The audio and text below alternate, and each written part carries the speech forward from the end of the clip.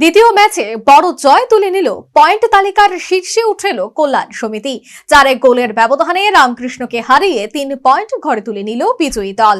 Shyamsundar co চন্দ্র Memorial League ফুটবলে বুধবার football প্রেমীদের আংশিক সাড়া পরিলক্ষিত হয় উমাকান্ত মিনি স্টেডিয়ামে। ঘরোয়া প্রথম ডিভিশন লীগ ফুটবলে নবাগত দলের কাছে ধাক্কা খেল অভিজ্ঞ রামকৃষ্ণ ক্লাব। প্রথমবার প্রথম ডিভিশনে অংশগ্রহণকারী কল্যাণ সমিতির কাছে হেরে গেল 4 গোলের ব্যবধানে।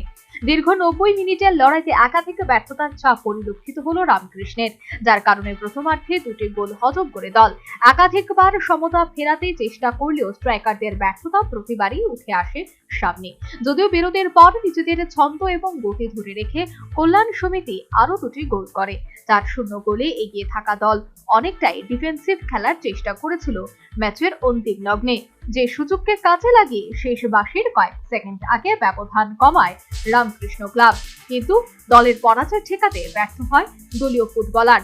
অপরদিকে মাঠে নামার আগে যে পরিকল্পনা এবং রণনীতি সাজিয়েছিল কল্যাণ সমিতি তা অনেকটাই সফল হয়েছে দলীয় ফুটবলারদের দৌলতে, তবে 100% হয়নি, যার কারণে ম্যাচ শেষ হবার পর বিজয়ী কোচ আবু তাহের ঘোষণা করেন মিডফিল্ড এবং দুটো সাইড অপেক্ষাকৃত দুর্বল ছিল ম্যাচে। সেটা 100% খেলতে পারিনি।